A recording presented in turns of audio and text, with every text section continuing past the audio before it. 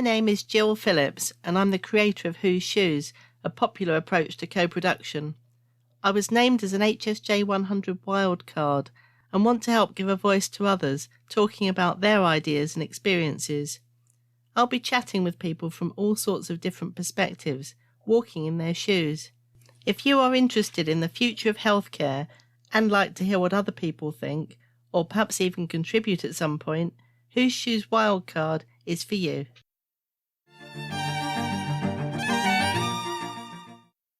Hello and welcome to another episode of the Wildcard Whose Shoes podcast. Today I'm talking to Sarah Land, another wonderful person who's using her own lived experience to help others. Until a short time ago, I have to admit that I hadn't heard about Sarah, who is the founder of the Peeps H.I.E charity. And now I seem to be hearing about it everywhere I go. Such is the nature of networking, and very rewarding in the context of my strong belief that these inspirational stories need a much wider audience.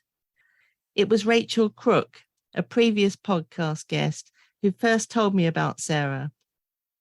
And so far, we've just had a short chat to get to know each other a little bit more.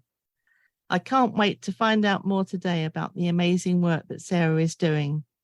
I'll leave it to you, Sarah, to tell our listeners more about your charity, how it all came about, and what you'd like them to take away from today's conversation. Where should we start? Thank you. That's quite an introduction. So, I'm Sarah. I think I'm now mainly known as Heidi's mum. So I'm going to, I'll share a bit about Heidi, and I think it's great you are seeing us more out there. So some people might feel familiar with Heidi already. She's 7 years old. She's our only child, born in March 2015 on Mother's Day after a really straightforward pregnancy. And for the first half an hour, things were absolutely amazing, and then took a really, dramatic turn is kind of an understatement. And she collapsed while she was having skin-to-skin time. And that was the cause of her HIE event. So she went without oxygen. She had to be resuscitated. The room was full of people. And it's strange. It kind of feels like it was a blur, but it also feels really clear as well, as though I was watching it happen to someone else. And that was really the start of our HIE journey. We didn't know HIE was a thing. We hadn't heard about it. Naively, I thought because I'd got to full term in pregnancy that everything was absolutely fine. I didn't realise that such things could happen. And she had to be transferred to a different neonatal unit where she was cooled, so we couldn't hold her for 3 days. We had an amazing team. The nurses, the consultants were all brilliant, but clearly it was a really difficult time for all of us. And we felt really, really lost. We didn't feel like we fitted in. She was a 9.7 baby in a room full of very premature babies. Our families and friends hadn't heard of what HIE, we didn't really know what we were saying to people. When we were saying that Heidi was poorly, people were thinking, oh, right, she'll have a few days in hospital and then she'll be fine. But Heidi ended up with a really severe brain injury. She was having seizures. She was on oxygen. She was fully tube fed. And she was a bit of a mystery, really. We still say it now, she writes her own rules, because lots of babies like Heidi will have complications with organs. And Heidi's body was fine, but her brain wasn't really, I guess is the simplest way of putting it. And people didn't know what to tell us. They just said we needed to wait and see. And that was the hardest thing.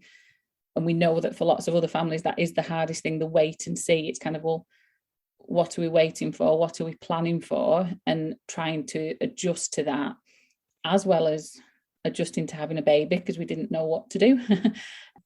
And we had 8 weeks in hospital, transferred back to our local unit, started to do more and more cares for Heidi, getting involved with looking after and learning how to do things, which I was reluctant to at first, I'll be honest, because it terrified me, because I've got no medical background. I didn't want to touch the wires or the tubes, or I was just so frightened of doing something wrong.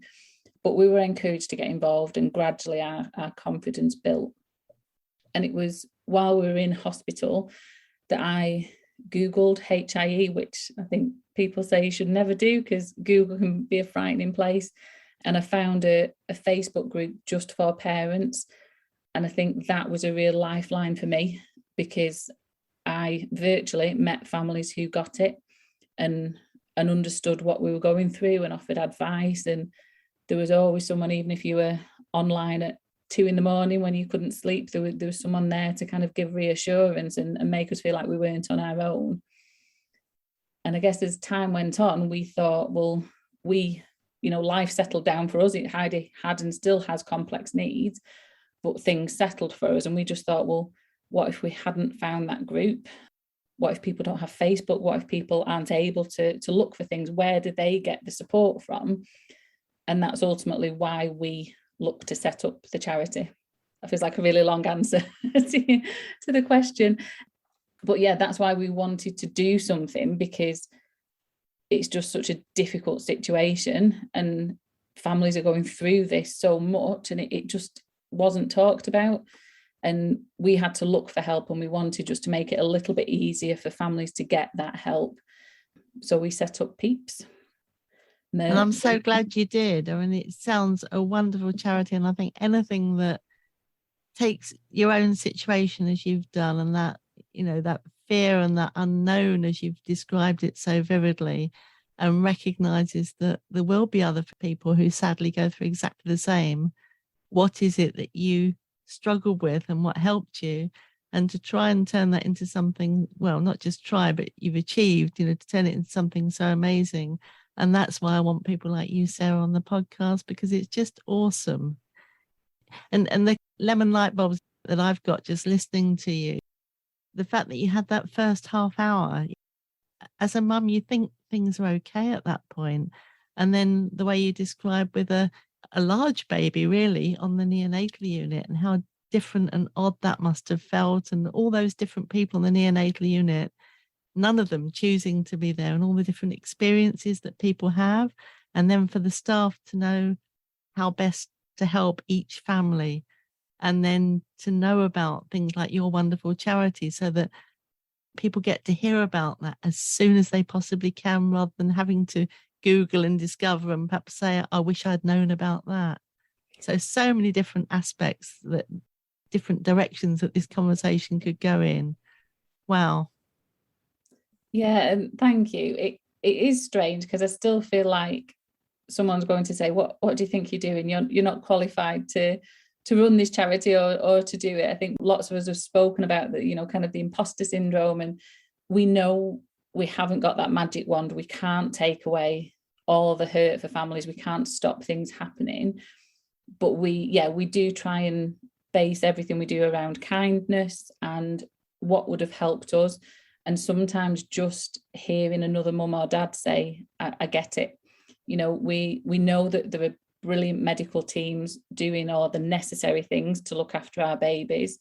And, I massively appreciated that. And I think you always end up with kind of your favourite nurses, or the ones that you build bonds so quickly with them while you're in hospital.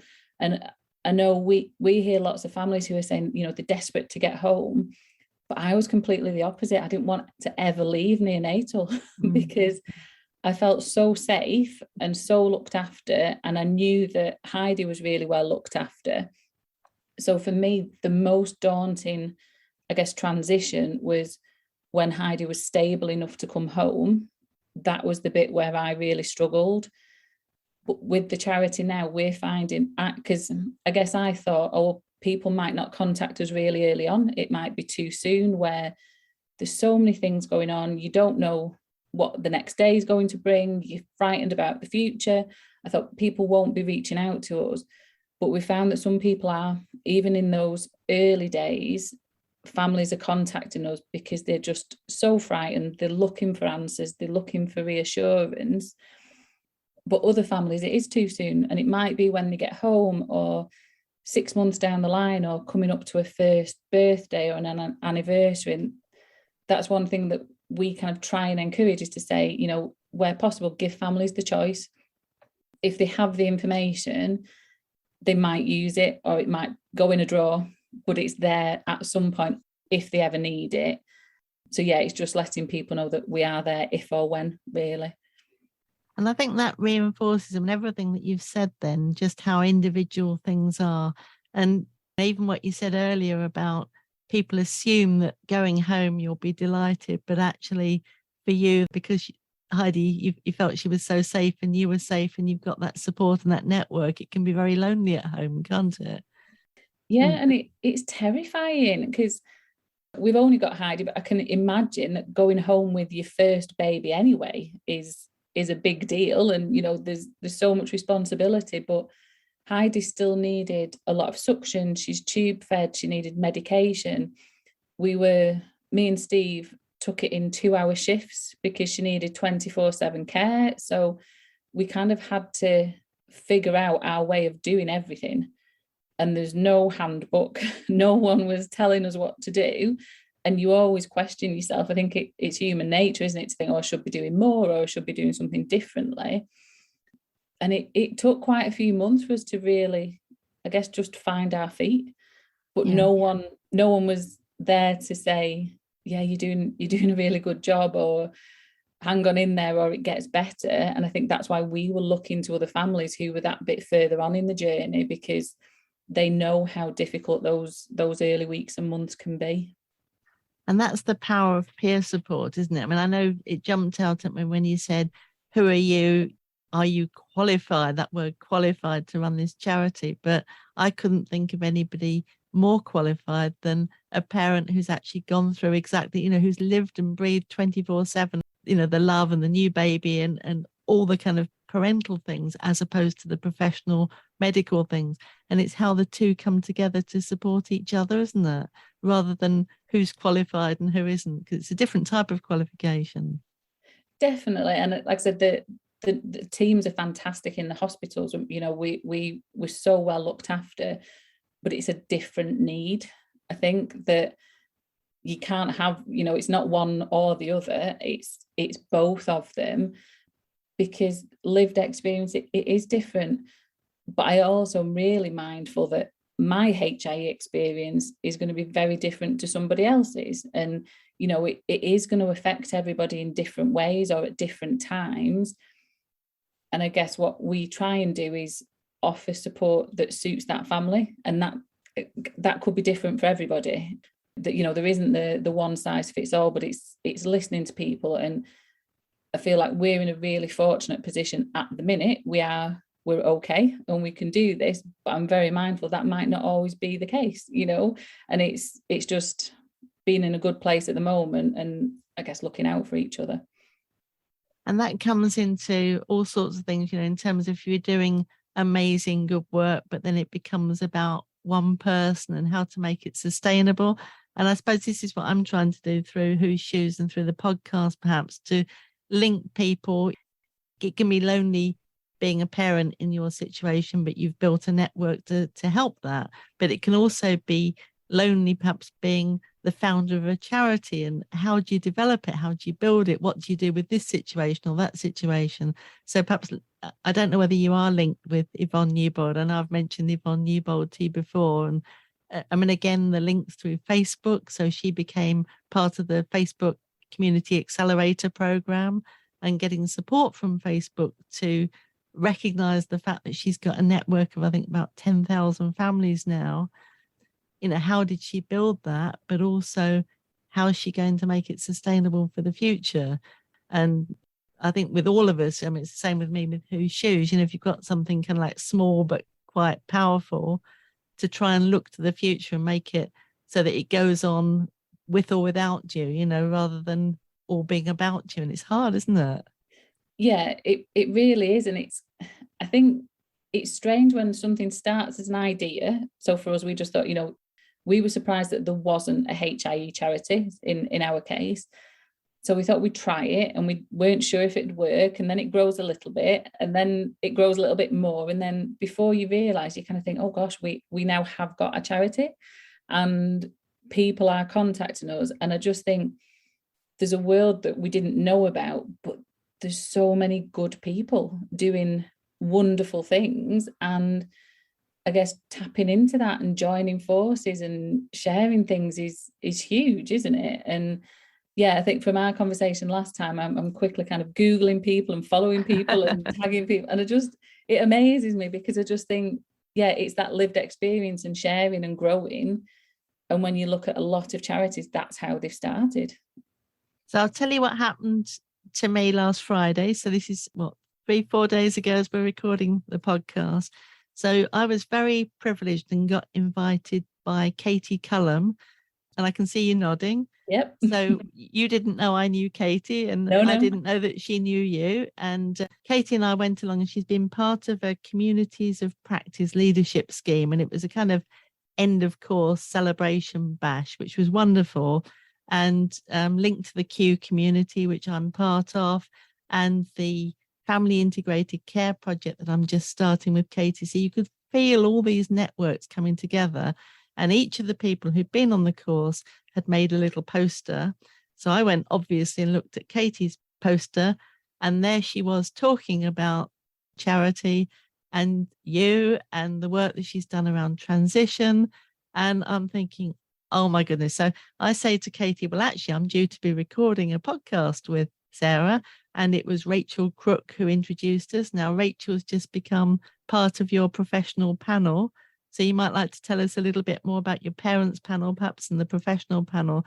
But this networking is extraordinary. And obviously a question in my mind is how this all feeds into our new family integrated care project, trying to bring these experiences into neonatal care and make sure that families are in an appropriate way in the centre of the care for their baby and able to go home, hopefully without being too terrified, even though, as you say, most parents are terrified taking a new baby home anyway. I know I was. Yeah. So, yeah, Katie and Rachel and Yvonne. That's wonderful. And yeah, I didn't realise Katie was doing that. But again, I've been fortunate to be asked to be involved in different projects, and we've virtually met people. It's a shame we're not in the same location to meet face to face, but you just hear the work that's going on and what people are trying to do. And yeah, it's wonderful. But yeah, our professional panel. So yeah, Rachel is on that. We've got our first meeting this week, which is really exciting for us. Last year we set up a parent panel. I said, I've got my experience of HIE. We know that's going to be very different to other people's. And we wanted a better way of trying to represent all parent voices and make sure that what we're doing is the most appropriate thing. It's what families want. It's what makes a difference.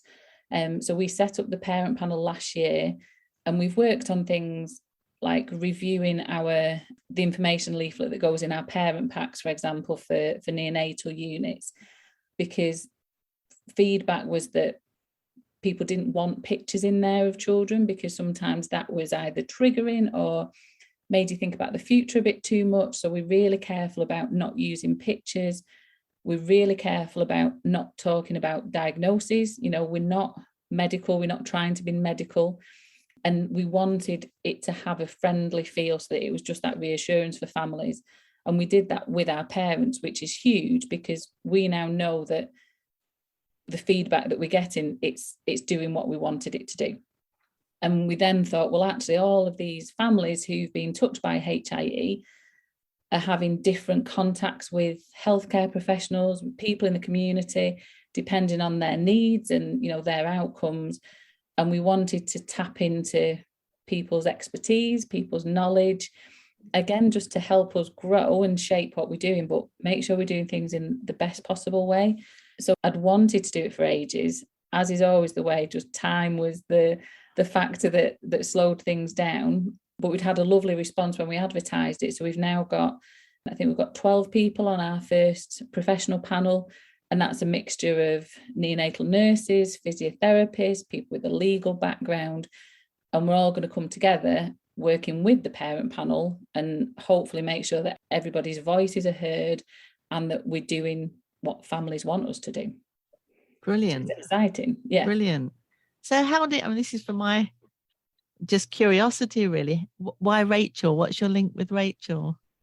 It was through, I think, my memory's shocking, but I think Rachel had asked me, I'd been involved in one of the study days online where we'd shared about what we were doing and we'd shared a bit about our background and about the charity. And a lot of the contacts that we have are through Twitter. The power of Twitter is huge. And I remember the very, very first study day that I went to, that was when it was face-to-face, so pre-COVID. And I remember one of the nurses saying, you need to get on Twitter. It's all about the hashtag. And I was thinking, okay, we'll give it a go. Yeah, it's steadily growing from there, which is, it's such a good platform for reaching people and for that networking. It's amazing.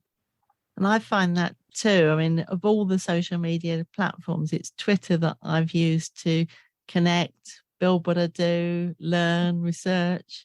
And, Twitter's got a dark side as well, but people sometimes only see a difficult side of social media. But my goodness, it's phenomenal, isn't it? If you use it well, I think, and connect with good people.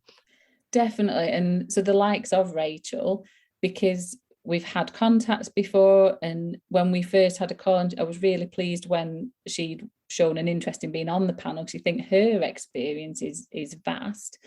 And then when you talk to people, it's a sense of, people, even though we've never met. It's just really nice. And having that opportunity to actually work together, and we're all in it for the same reasons. We want to improve things for other people. And for me, there are sort of two almost equal threads in terms of my work at the moment, in terms of how, I can see that this link with you and your charity and the parents and so on. So Rachel works at a Midlands Trust, where we're starting to do some Whose Shoes work around children and families and supporting parents and looking at, all sorts of different aspects. So general patient experience through to quite specific issues. And Rachel has come through as a star of that already, almost before we've got started. And I can't wait to connect with her more. And you just need that kind of like bubbly enthusiasm, don't you? And that deep caring. So that's fantastic. And then separately, the more digitally based project that we're doing with Katie and a network from really across the country around using Whose Shoes to get people thinking more about what family integrated care really means in the context of a neonatal unit, and to try and, like you're doing really with your professional panel and your parents panel, to try and look beyond the medical and to look at the different experiences and to perhaps, just challenge in terms of different families' experience. So as I say, I've already heard your experience of having a full-term baby on the neonatal unit alongside the other people there.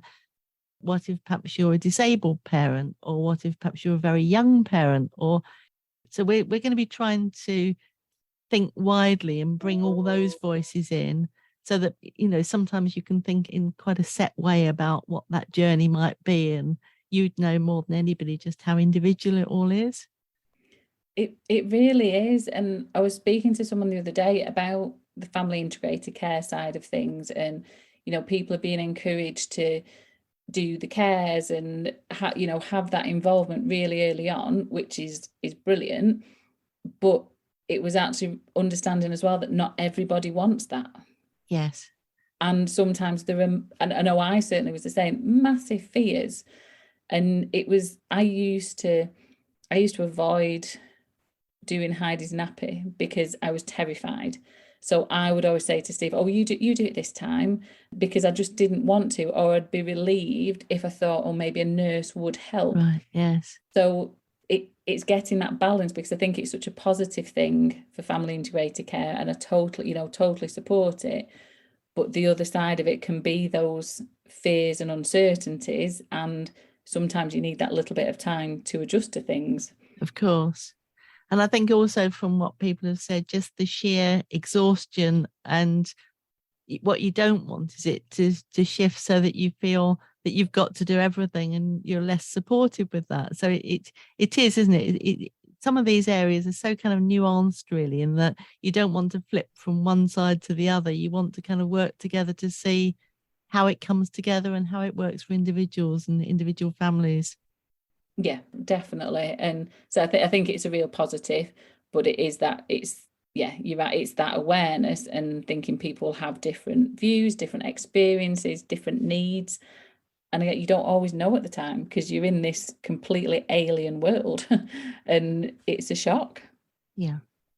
And would it be something like, I mean, I find sometimes, working backwards can be quite good, like looking at the outcome. So probably for most families, it might be around going home in the best circumstances that you could, feeling as empowered or as confident or as whatever it might be. Might that be the kind of goal that then everybody could work back from in terms of, well, how does that work for this person or for that family? What do you think? Yeah, I think that sounds good. I think it is what does it look like for that family? Yeah. What are they wanting to achieve? What do they want to get to? Because I think, from families we speak to, there is a lot of pressure about getting to go home or milestones or various things. And if you look at it as a whole, that can feel really overwhelming. Yeah. Can't it? And I think it's the small steps, it's the getting there and heading in the right direction, even if it doesn't always feel as quick as you'd like to. And interestingly, that links with, I've just this morning had a conversation involving Katie Cullum and talking to a couple of fantastic neonatologists, and we were talking to them about our family integrated care project. And we got into a conversation about just getting people to think differently. And they were championing music therapy, which I think is wonderful. Mm-hmm. And then like the different mindsets in terms of, if the financial people turn around and say, well, in what way does that save the hospital money? Yeah. Yep. And then, just these different, I suppose it's what Who Shoes tries to do, bringing these very different perspectives together. And actually that you can't necessarily quantify today the bed days, or that baby will definitely be discharged X days earlier, or that you've got to perhaps be a bit more imaginative in terms of human beings. But also, I would argue strongly, and I've got zero, I'm not someone who can quote research papers all over the place, but if you get a family going home feeling bonded with their baby, empowered, happier than they would be, supported, then probably in the longer term that will save some money along the road somewhere. Well, yeah, and it's the right thing, isn't it? Of course, yeah. I get that there's got to be measures, but you kind of think, what's the right thing, or what's the best thing? And we're very much about it's quality as well, isn't it? Right? Yes, if people want to get home, but it's doing it in the right way and being able to enjoy some things. Because the bit I struggled with when we were in neonatal was kind of having conflicting emotions. So the odd time that, say, something happened that we found funny and I laughed, I then had this overwhelming sense of, I shouldn't be laughing. We're in a really difficult situation. And it's understanding that actually you can find enjoyment in some things. And, things like music therapy, it's such a lovely thing. It's important, that I get that there's research around the impacts on the babies and the families, but it feels like a nice thing in a world of very medicalized things, if that makes sense. It so does. I mean, perhaps the measure should be, if you look round and perhaps people are smiling more than they would have been without someone playing them that lovely bit of music or whatever. That it doesn't have to be, put on your Excel spreadsheet and measurable in that sense. Yeah. My hobby horses. So, Sarah, I've realised we've had such an amazing conversation, but we haven't actually said what HIE stands for. And I mean, obviously, in the interest of not just using an acronym, although I'm sure people will have understood, do you want to tell us a little bit more about that? So it stands for, and I've still got to think about this, Hypoxic Ischemic Encephalopathy, which in basic terms is a lack of oxygen to the brain. It usually happens just before or during labour, but it can happen after as well, like it did with Heidi, and it can happen in older children too. So yeah, it's a lack of oxygen that can cause injury.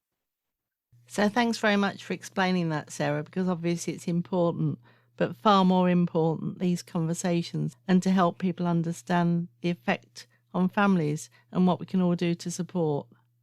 So the time has flown, and I know you've got to go and collect Heidi, which is the most important thing of all. But this feels like an amazing conversation, Sarah. I'm really hoping that people will listen to this, because I think we've explored various ways of perhaps encouraging people to think more widely and think what it's really like for individual families and so on. So to finish, perhaps I can ask you, what kind of things would you like to see happen from here, Sarah, and how perhaps could our Who Shoes projects that I've mentioned be helping with that? I think for me, it's about listening to the different parent voices and understanding people have different feelings and different needs. And sometimes I guess people might not be able to express them, whether that's because of how they're feeling, the place that they're in, or language barriers or anything like that. And it's trying to really get to the root of what is the best thing for that family, and trying to, I guess, have an individual approach. Thinking about the language that people use is massive, and realizing the impact that people can have. One small comment, seemingly small comment, can have such a positive impact on people, and that might be the one thing that they hold on to that day or that night. And I think people want the best, and people can really make a difference. And yeah, just if we can help support anybody. We also get that HIE events can be difficult for the professionals that are involved. We totally understand that, and we are here to support in any way we can and open to ideas. So yeah, please get in touch. Well, thank you so much, Sarah, for talking to me today. And obviously I'll share a link to the charity in the podcast notes, and we'll ask everyone to share the episode as widely as possible. I guess the key thing is about raising awareness. Yeah, I think for us, awareness that's the biggest thing. Reaching families, offering support. But yeah, just thank you, because from you sharing things, we can just see even, that's made a difference over a couple of weeks. So yeah, thank you so much. And grow these networks and support Definitely. each other. Yeah, well, it's brilliant. Thank you so much, Sarah. Thank you very much. Speak to you soon. I hope you have enjoyed this episode. If so, please subscribe now to hear more of these fascinating conversations on your favourite podcast platform. And please leave a review. I tweet as Whose Shoes. Thank you for being on this journey with me, and let's hope that together we can make a difference.